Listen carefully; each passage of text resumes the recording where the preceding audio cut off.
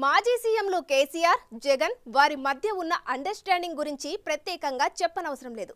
రాష్ట్ర విభజన జరిగిన నాటి నుంచి జగన్ సీఎం అవుతారని కేసీఆర్ జోస్యాలు చెబుతూనే ఉన్నారు. మొన్నటి ఎన్నికల్లో తాను పరాజయం పాలైనప్పటికీ ఏపీలో మాత్రం మళ్లీ జగన్ సీఎం అవుతున్నారని చెప్పుకొచ్చారు.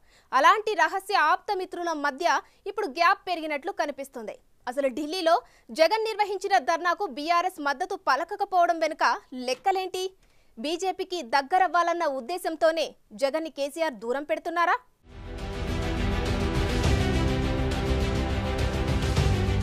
అధికారం శాశ్వతంగా తమదే అన్న ధీమాతో తెలంగాణలో కేసీఆర్, ఏపీలో జగన్ ఇష్టారాజ్యంగా పాలించారు. తెలంగాణ సెంటిమెంటును అడ్డం పెట్టుకుని కేసీఆర్ రెండుసార్లు, ఒక్క ఛాన్స్ అంటూ జగన్ ఒకసారి అధికారం చెలాయించారు. వారి వైఖరితో విసిగి వేసారిపోయిన ప్రజలు మొన్నటి ఎన్నికల్లో గట్టిగానే బుద్ధి చెప్పారు. వైసీపీకైతే ప్రతిపక్ష హోదా కూడా లేకుండా చేశారు.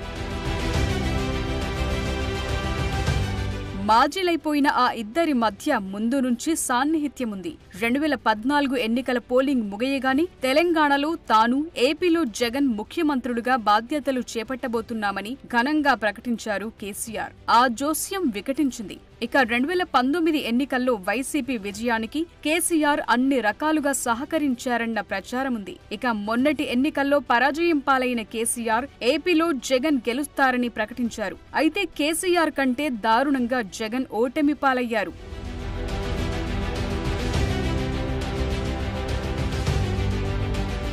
జగన్ ఓటమికి కారణాల్లో ఒకటైన 3 రాజధానుల నిర్ణయాన్ని కూడా కేసీఆర్ సమర్థించారు. ముఖ్యంగా జగన్ ప్రగతి భవన్ కు వెళ్లి కేసీఆర్ తో రహస్య మంతనాలు సాగించిన సందర్భాలున్నాయి. ఇక కేసీఆర్ ఓటమి తరువాత తుంటి చికిత్స చేయించుకున్నప్పుడు సీఎం హోదాలో జగన్ ఆయన ఇంటికి వెళ్లి పరామర్శించొచ్చారు. ఇప్పుడు ఆ ఇద్దరు ఓటమిని జీర్ణించుకోలేకపోతున్నారు. అసెంబ్లీకి ముఖం చాటేస్తున్నారు.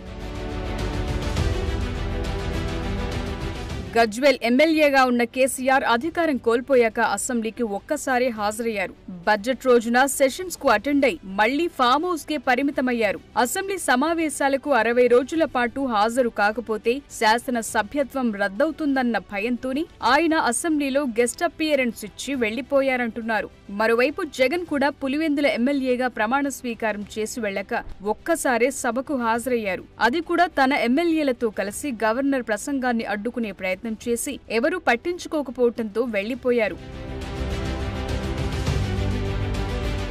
వలసలతో సతమతమవుతోన్న కేసీఆర్ సొంత ఎమ్మెల్యేలను కాపాడుకోలేక ఫామ్ హౌస్ కు పరిమితమవుతుంటే జగన్ మాట్లాడితే బెంగుళూరు ప్యాలెస్ కు వెళ్లిపోతున్నారు. అసెంబ్లీకి డుమ్మా కొట్టిన ఆయన ప్రస్తుతం 3వ సతీ సమేతంగా బెంగుళూరు వెళ్లారు.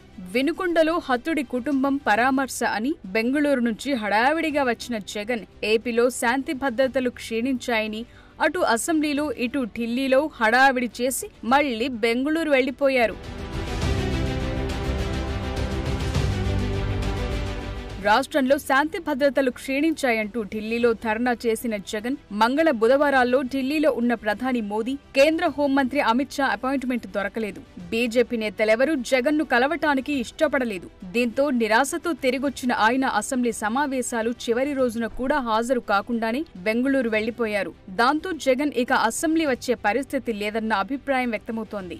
అదలా ఉంటే 2 రాష్ట్రాల మాజీ ముఖ్యమంత్రుల మధ్య స్నేహబంధం బెడిసికొట్టినట్లు కనిపిస్తోంది. జగన్ ఢిల్లీ ధర్నాకు బీఆర్ఎస్ మద్దతు లభించలేదు. లోక్సభలో 0 అయిపోయిన బీఆర్ఎస్ కు 4 రాజ్యసభ సభ్యులున్న వారెవరూ జగన్ ధర్నా శిబిరంలో కనిపించలేదు.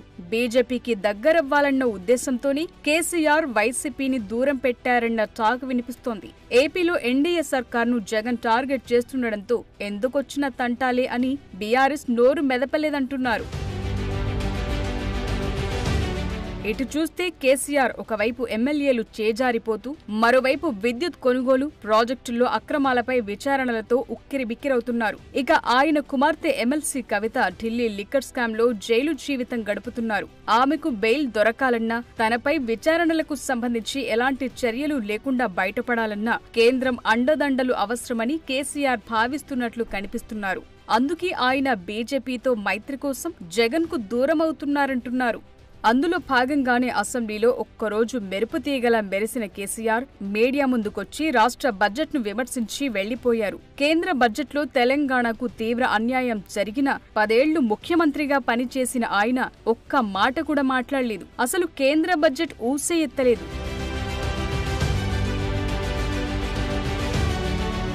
మళ్లీ ఫామ్ హౌస్ కి పోయి రిఫ్రెష్ అవుతున్న కేసీఆర్ మళ్లీ అసెంబ్లీలో ఎప్పుడు ఎంట్రీ ఇస్తారు ఆయన పార్టీ వారే చెప్పలేకపోతున్నారు. ఇక జగన్ సంగతి సరే మొత్తం మీద ఇద్దరు రహస్య మిత్రుల బంధం ఇప్పుడు తెగిపోయినట్లే కనిపిస్తోంది.